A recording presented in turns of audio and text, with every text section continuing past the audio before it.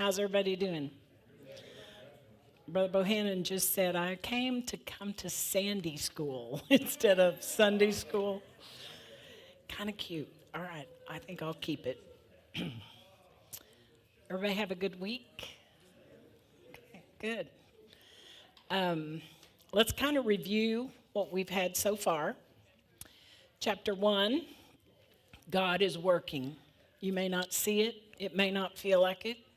You may be in a valley that you think you're never going to get out of. But God is working behind the scenes. That was chapter 1. Chapter 2 was lessons from Lisa. Basically, the lesson was, show up. Pastor Brent last week asked for help. He asked for backups to the backup. So if you have time and you have the desire to get involved, please see Pastor Brent or Jen and tell them what you want to do. You don't even have to be the first person they call.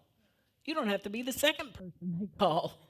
But if you'll be the backup to the backup, that would be such a blessing. They may just call you once or twice a year because we have such wonderful workers here. We have people in the nursery. We have people singing the praise and worship and doing all of that. We have people who bring the donuts and coffee every week, okay?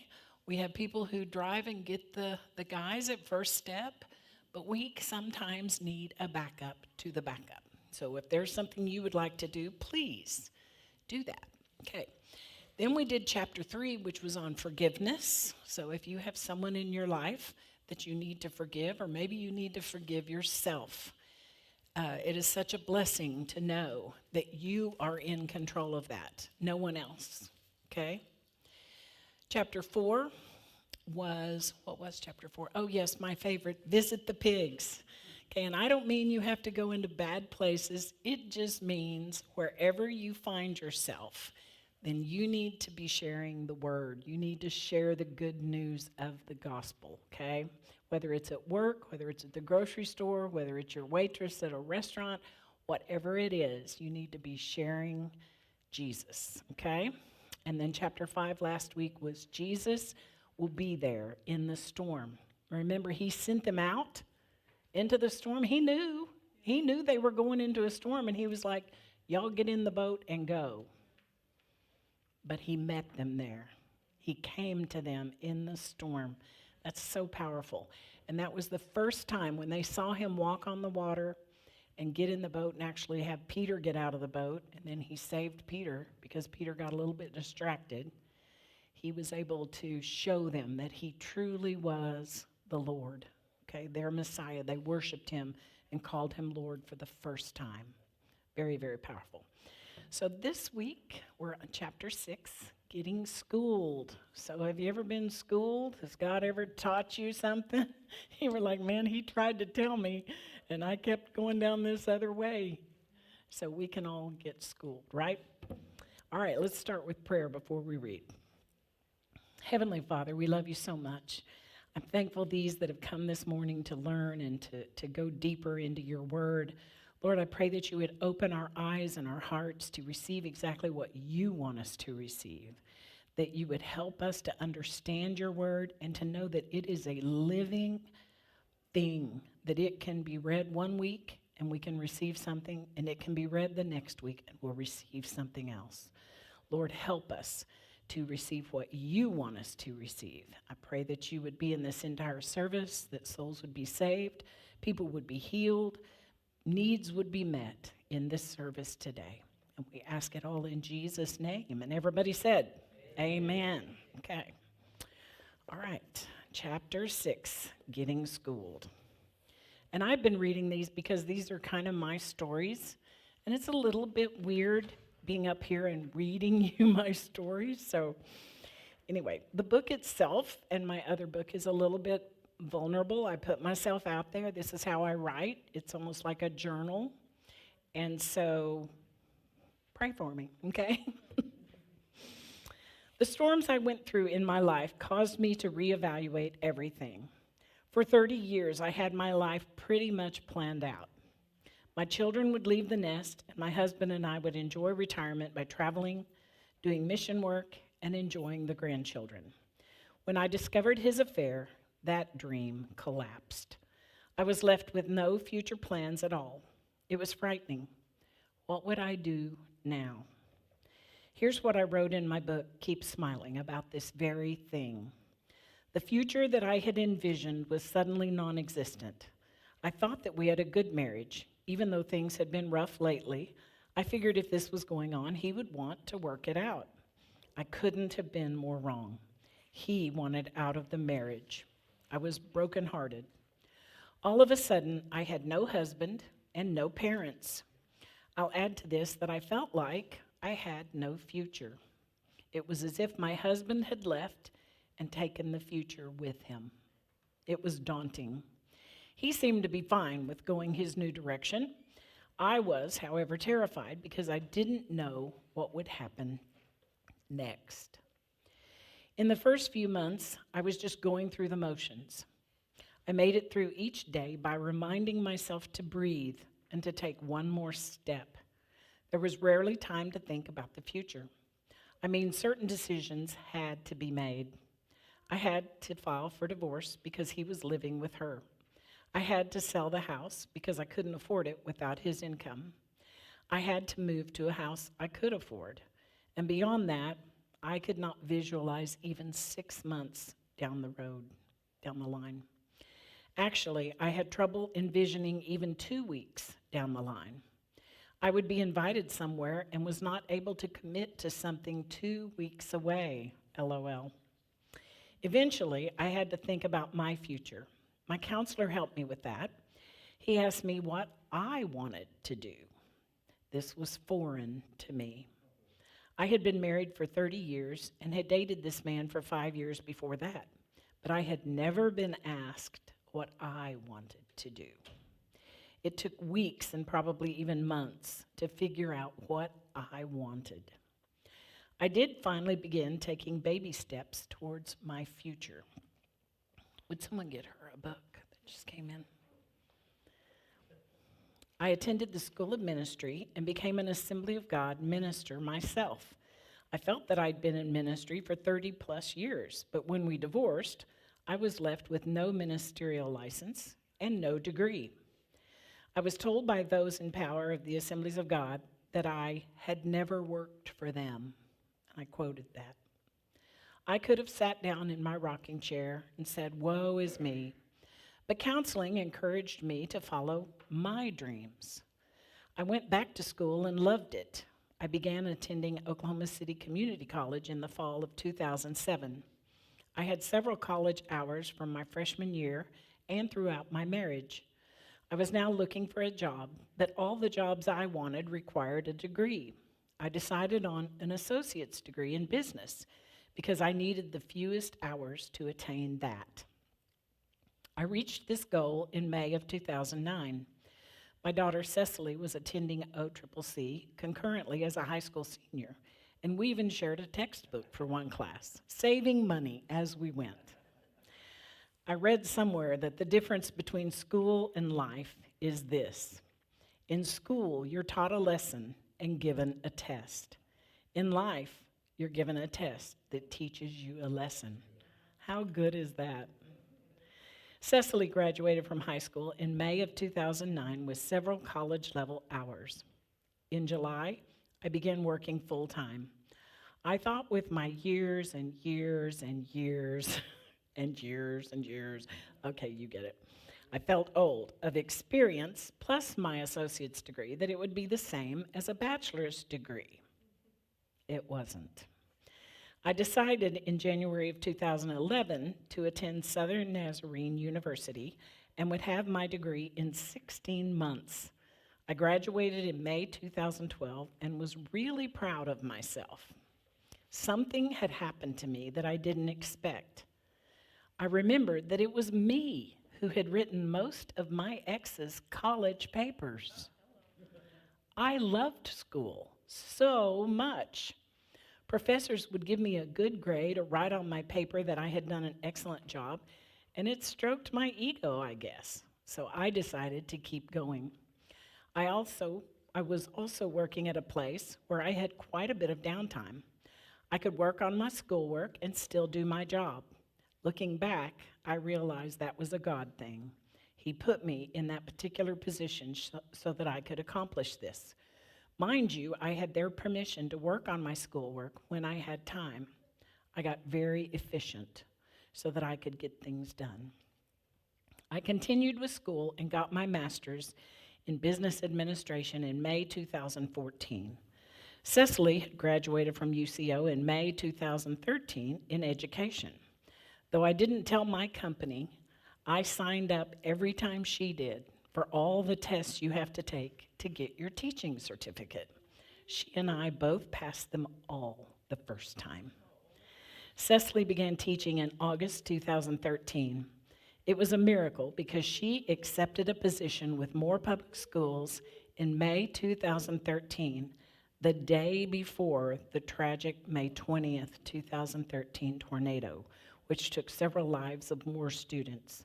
When the tornado occurred and hit the 3 schools, the district froze their hiring. Her job, however, was secure. God is so good. I received my alternatives teaching certificate in April 2014, and I was trying to decide whether I should keep my current job or teach. I loved my job. I loved the people I worked with, and life was good.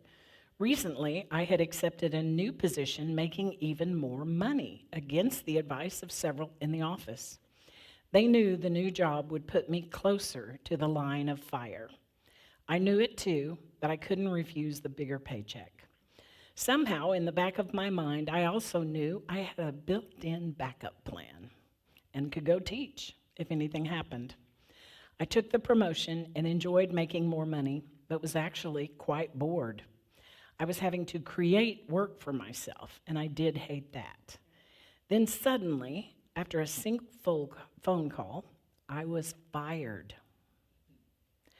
I had forgotten to write the phone number of the person who called on the email message. Now, mind you, I had the phone number written down on my desk pad, but had failed to add it to the typed email. The boss began to scream throughout the office, "She's so stupid." Needless to say, I was all of a sudden looking for a new job and how to live fully in Him. So our next chapter is getting fired. Okay, so it's a cliffhanger. You have to come next week. But there are several good questions for getting schooled. Okay, so what does it mean to get schooled by God? Can you possibly share a time where you felt God was teaching you something through circumstances rather than words? Anybody? We got some helpers. Okay. Oh, good. Who's our microphone guys? Here we go. Oh, we're Brent. Thank you, guys. Appreciate y'all. So when I was in Bible college, and we had to have, we called it community service hours. You had to have like a semester's worth for every year that you were there. And that meant working in a church in some capacity, you know, volunteering, teaching a school, whatever. And so like we had to, anyway, so I had to do that. So I had was at this church tiny little church in Billings, Missouri, and I started playing guitar on the worship band. And I had dated this girl that had been at school, and then she also came to the church and stuff like that. And it had not ended well. It wasn't Jenny; it was before Jenny. And so, so I just left the church. Like she was still going there. I didn't want to see her. You know, there were literally 27 churches, AG churches within the city limits of Springfield. So there was tons and tons of them. And anyway, but she still had to go to church. She still had to. So about a year later, I did start dating Jenny, and we had gone to her church for a little while, but I still needed my community service hours, you know, that I had to get. And so I went back to the church that I had left about a year before, and, you know, and 22-year-old snot-nosed punk kid that doesn't know anything, I just thought, well, they'll take me back, you know. And I remember the worship pastor, his name was Brian. he pulled me aside and he goes, "You just left, man. We didn't know why." And Yeah. he goes like, "What was up?" So I told him the story, and he goes, "Okay." He goes, "Well, I will let you back in," but he goes, "There's more things that you're going to have to do. You're going to have to show up for practice," which they didn't even have practice back then. But he was like, "We're going to practice on an off night. You got to show up, all this stuff." And he said, "And the next time that you have problems, you need to come to me." And I remember being very humbled, but at the same time, like learning so much that he was telling me, don't just ghost somebody. Don't, I learned something that as a 22-year-old young man that I hadn't known before. And I really appreciate it. And I've, in fact, several times over the years, I've even emailed him, and I'm like, I really appreciate you taking the time to teach me, but I also appreciate the grace that you gave me in that. So I remember that. I carry that lesson to this day. Yes, that's good. Number 2, when unexpected events disrupt or completely destroy your future plans, how do you typically respond? Looking back, are you able to recognize God at work in a situation that first felt like a loss or a failure?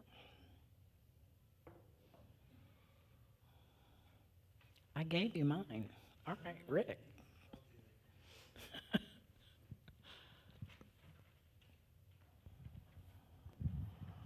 So, my situation, I mean, I can think of several, but in this particular situation, this is where I saw God work to make things work during bad situations. And I was 15 and a half, and my dad passed away of a heart attack.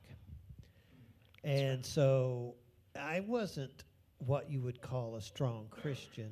I mean, I went to church with my grandmother and on occasion, but I just turned away, and I said, "That's just not right. You didn't treat me right." So I was mad. I still believed Jesus was the Son of God, but I didn't want anything to do with God. So. From that, a lot of good was made possible from God. I wouldn't have gone to college. I was not a good student. My wife doesn't believe that.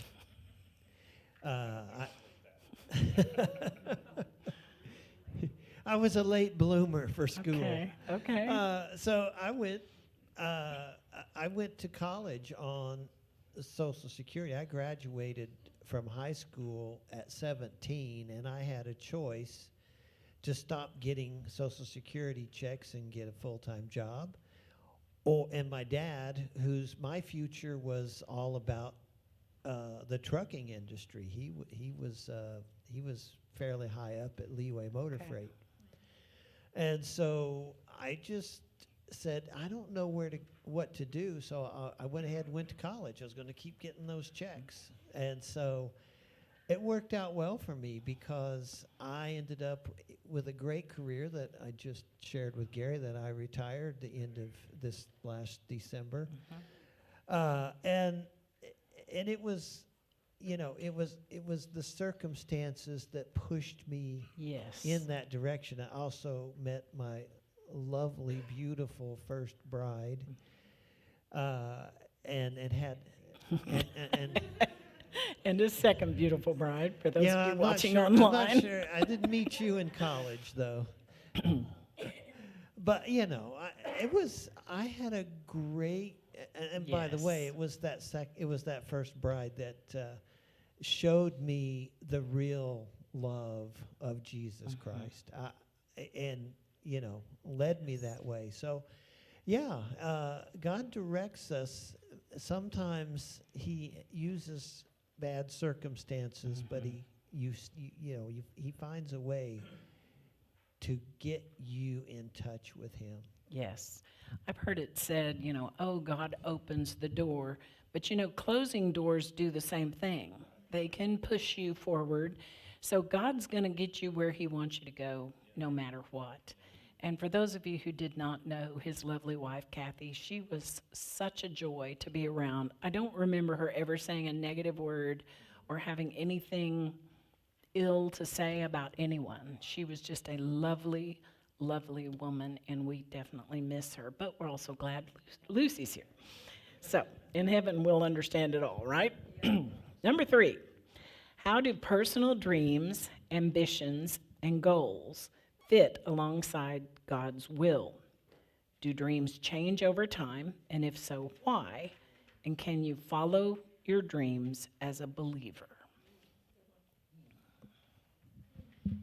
First of all, when something unexpected happens, you need to regroup and reevaluate, and try to see what God wants for you. Yep. I get myself in trouble because often I'll put there too much Janine and not enough Jesus in what I do. That's so good. Yeah, because I was the same way. I didn't have any dreams because we were busy living my husband's dreams and my father-in-law's dreams, and I was just along for the ride. I was helping, but certainly wasn't about my dreams. Anybody else? I truly believe that when you're open to God, He puts the desires in your heart for where He wants you to go. I remember foolishly being young and just praying, Lord, please don't call me to be a missionary and send me to Africa. What a terrible thing to say, but I had my own ideas and my own thoughts of things that I wanted to do, and one of them wasn't going to Africa. But I think had He wanted me to go to Africa, He would have put that love in there. Yeah. Okay? And I do feel like being open to Him and to the way He worked in my life is what led me into teaching. Okay? It was kind of my own foolish choices as a teenager that left me with a baby and unmarried and having to go back and finish 2 years of high school when I realized I got to have a job that's got kid hours. And that's what led me into teaching, and I fully believe that's where the Lord wants me, is as a teacher. Yeah. So I think you can follow your dreams as long as you are open to what the Lord wants, because He's going to put a love for you, a love for what He wants you to do in your heart, I believe. Yes, I agree. Right here, Lucy. When I was in high school and they call you in and want to know, the counselor does, what do you want to be and when you graduate? And I said, all I want to be is a wife, a mother, and a grandma. And I think they easily kicked me out of that room because I had no other goals. But I was one to make goals, and I wanted to get married. I wanted to have 3 kids, have them 3 years apart, live a white house, a black car, white car. You had plans. I had it, and I got it all. And then it was like, well, now what do I do? And so I started a career. And I had a cleaning service, a very successful cleaning service. And when I started just saying, okay, God, I've done everything. What do I do now? He let me love the cleaning service so much, and I could witness to the people I worked for. Never felt like I went to work. But as I got older, it was like He was reading my mind. He said, I remember when you wanted this or you wanted that. And I'm like, but I didn't speak it. And He just gives it to you, and He opens new doors, and through every season, things changed. And it's so fantastic I love being older now because you don't have to strive to pay the bills and do this and do that. You just let God lead you, and it's beautiful when you just let Him. And so any of you young people, just let God lead you, because He has so much, million times more than we could ever dream. Yes. And I will say, when I was working and taking those tests, as Cecily did, I wasn't thinking, okay, I'm going to be a teacher. I was happy in my job. I was, going to school. I wasn't sure what I wanted to do. I had that dream as a child to be a teacher, and Cecily would say, I'm going to sign up for this such and such test. And I was like, how much is it? Oh, $85. Okay, yeah, I'll sign up too. And so I just kind of did it without, thinking, oh, that's my dream, is to be a teacher. It was there, the opportunity arose, and I just did it. And so by the time she graduated, I had passed all those tests as well.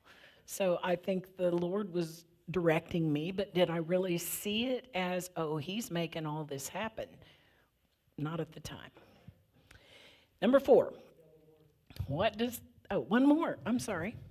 Yes, Ruth, welcome. Well, I never really had a dreams.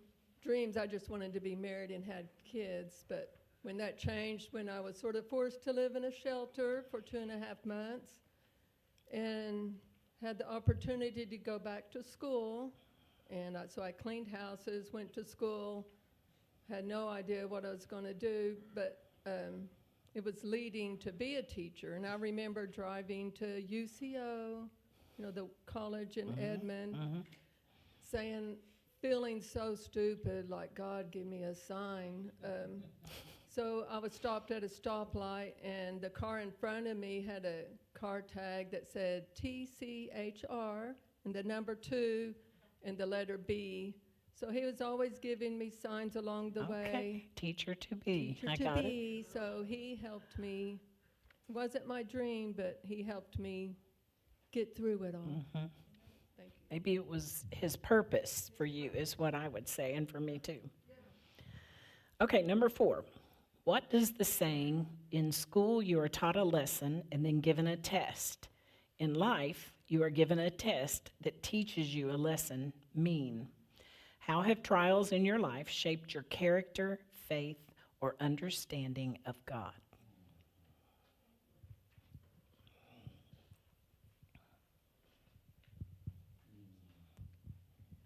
Well, let's just take history. So if you're in school and we're taught history, we're taught the lessons of history, and then we're given the test on history. If you're given a test in life, that's going to teach you a history lesson. And I've obviously have had many lessons that history has taught. And if we don't, God lets us learn these things, because if we don't learn from history, from what happened yesterday in our lives, the mistakes we made, the good choices we made, the bad ones we made, what worked, what didn't, then we're utter fools if we don't learn from it. And it says, how have trials shaped your life, shaped your character, faith, and understanding? Well, obviously, Eddie and I both are in the middle of a trial, big trial. And but it does, I can honestly say I've handled it a lot different than I would have years ago. And it's helped me to understand that God did not cause any of this. Some things just happen, life happens, we're in a fallen world. But what it does help me to know is when we walk through the valley of the shadow of death, we don't have to fear. And which is the first thing the enemy tries to strike you with, is fear. And so I realize that my understanding of God and the things in the history lessons I've learned from him is that he's right there the whole time. Yes. He does not leave us or forsake us, and he will not let us stumble and fall. Right. He's right there in the storm, isn't he? All right, let's move on to question number 6. After a storm in life, such as loss, failure, or major change, why do we often feel unsure about what to do next? What makes it difficult to regain direction, and how can trusting God help us take the next step even when the path forward is unclear? Anybody? Oh, Tanya. Okay, so we've gone through this several times, but when something, like when we were trying to adopt Rhodey, it didn't happen the way we thought it would. It still happened, but just not the way that we were expecting. And so looking back on that and seeing how God moved in that, for me, was it actually worked out a lot better. And there were a lot more benefits from that, it happening the way he designed it to happen, as opposed to my idea of it happening. And so the one thing that kept coming to me after going through CR and dissecting and digging and doing all of the things that we do in there was, you may not understand in the moment, but if you look for the lamp at your path, you'll find it. You just have to be open to looking for it. And I think that verse, there was a reason that it kept popping up, because I think sometimes we have blinders or we have those, what are those things the horses wear to keep them focused right straight in front of them? We have those to where we're not looking for the light that lights our path to where we're supposed to go. And so, again, having history and looking back, it was like all these things just lined up to the point to where when we bought our house, and this is no joke, he will tell you, we had 2 children living in the house at the time, both girls. But one bedroom was blue and one bedroom was pink. And neither one of the girls wanted to change the bedroom colors. They liked it just the way it was. I'm like, okay, something very trivial, right? And then when they grow up and they move out and they have families of their own, and then when we adopted both of our kids, we had Rhodey and then we had Etta. So those room colors were even just, and it's like when you look back, how stupid is paint? I mean, it's nothing. But just to see the way that God just puts things in line if you look for the path. Paint is not stupid, it's horrible. Because I do not like to paint.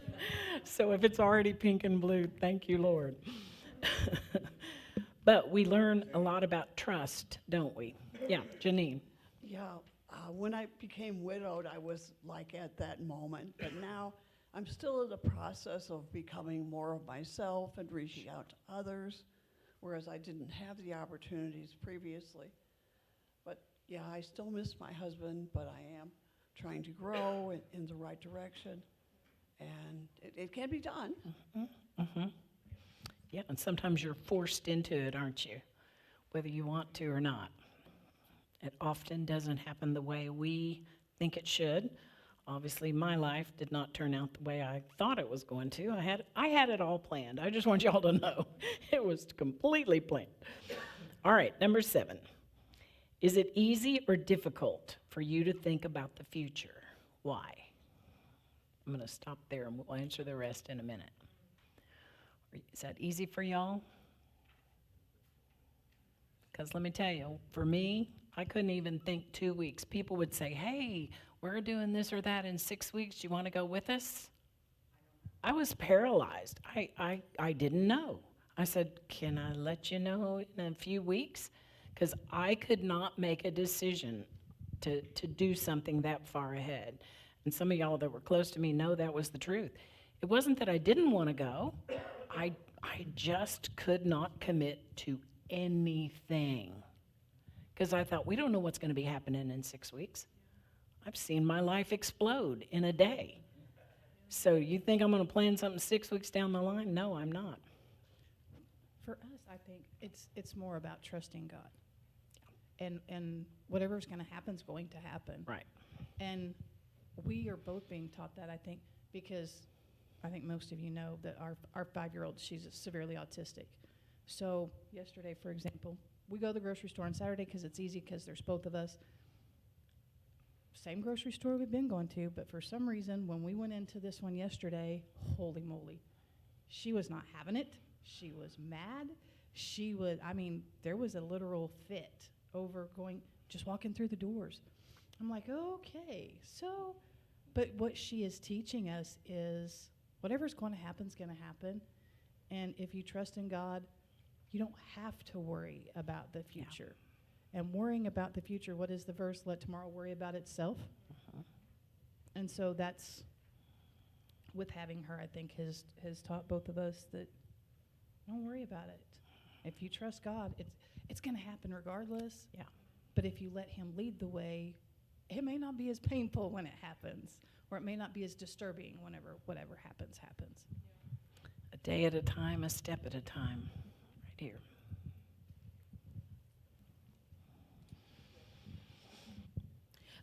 So as I was thinking about this, I was like, that is a little difficult to think about. But I do think that what Tanya said is the perfect way to wrap that up, in that, of course, things are going to come up that you have no idea what's how you're moving forward from there.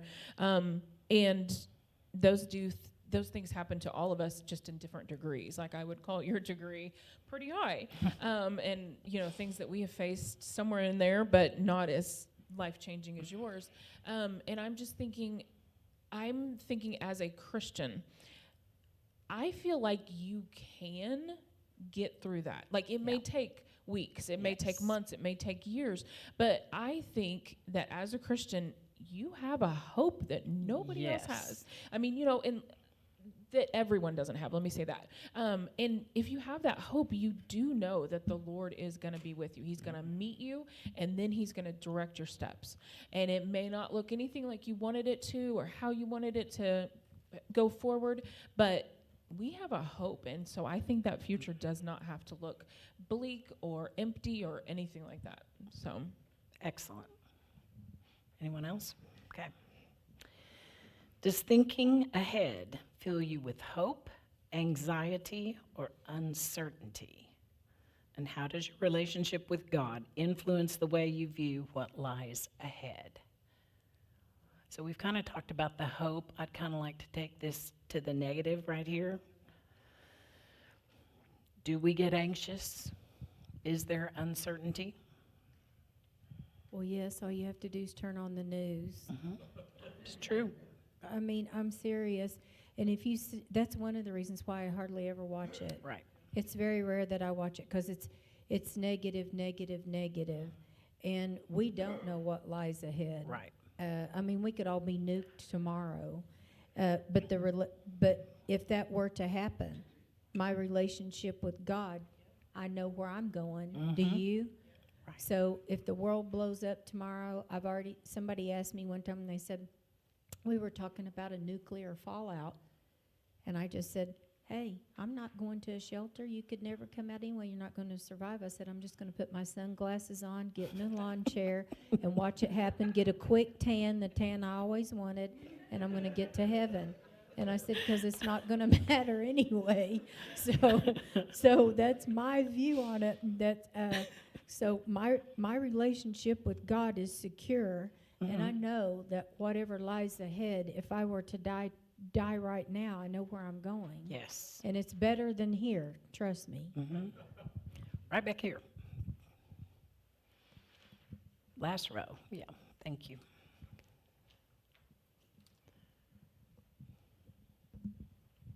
Thank you. My baby's sleeping. But I would say that the human heart and the soul was not made to bear the future, the weight of the future. And the more you seek to grasp a hold of the future, the more you call in anxiety, fear, and depression and all the other things, because it's the unknown.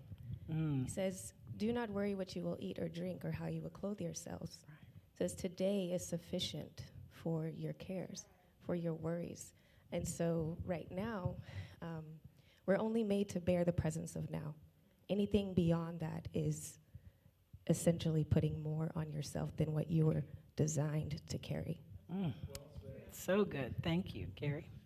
Yeah, just to tag on to what she said, my favorite, maybe Joyce Meyer's quote, is God will not give you grace to deal with what might happen.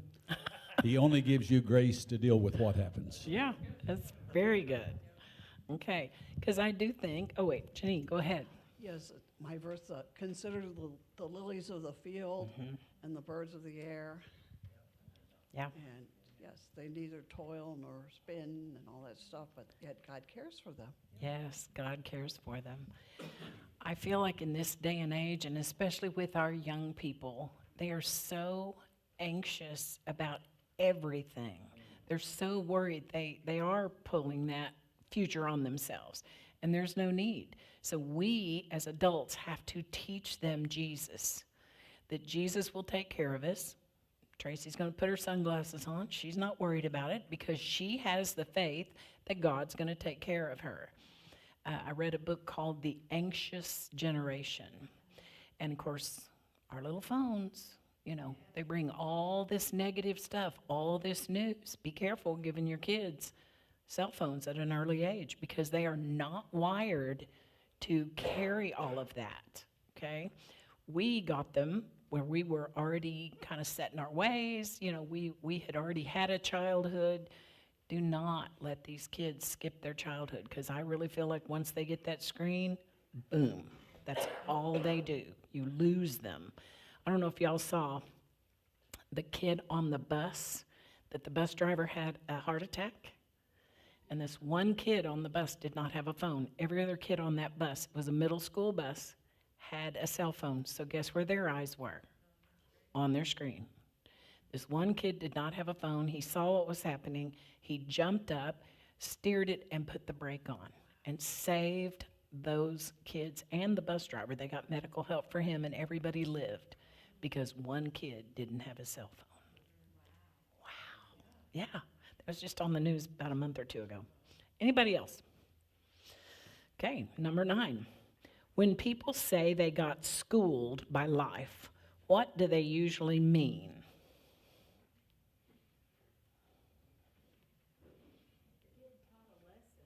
Okay, they're getting taught a lesson.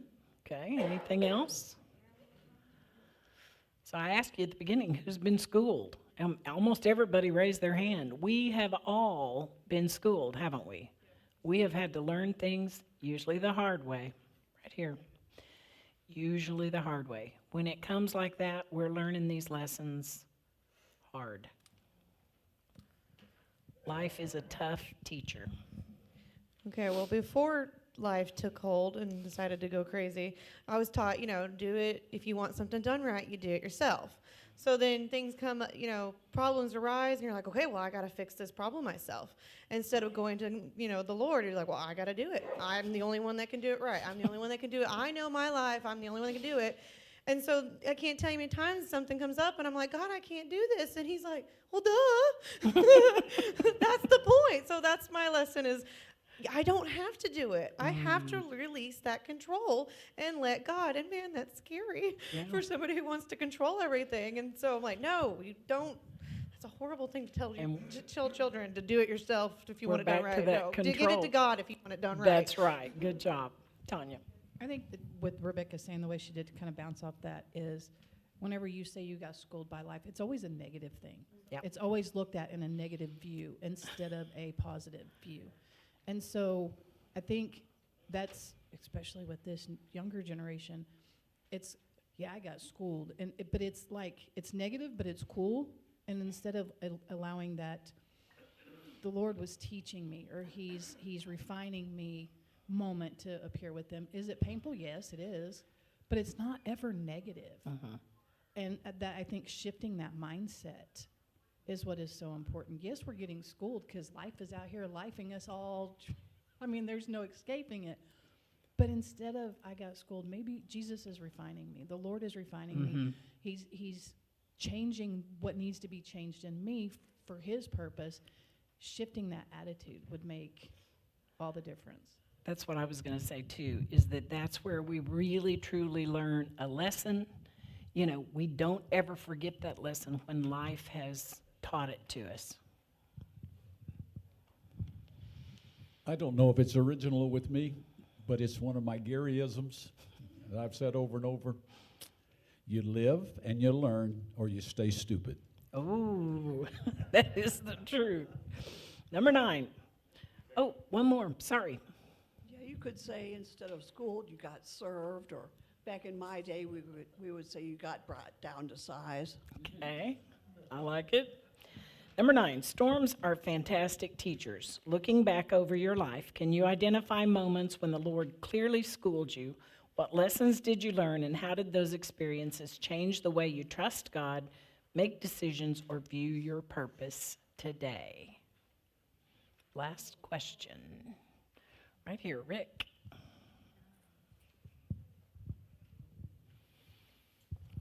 So I go back to when I was very happy working for a computer company. And the CEO and founder of the company missed the PC revolution, and we went out of business, and I was without a job. Well, Boeing was one of my customers, and they had already been trying to recruit me, so I went to work for them. But they didn't have a position, so I was just contracting. And with Kathy, with her health issues, we didn't have health insurance. But so I explored, and I kind of went into business for myself. I was in a partnership with some other folks. I was working for Boeing as a contractor. doing all kinds of stuff. And after a couple of years, I was like, I got to make a decision. When the partnership fell apart, they were not going anywhere. So I dropped out of that, and I had an opportunity to stay, to stay contracting or to go to work for another computer company that had a big contract with the state. And I decided, okay, I'd been praying. What do I do, God? What do I do? There was no clear answer.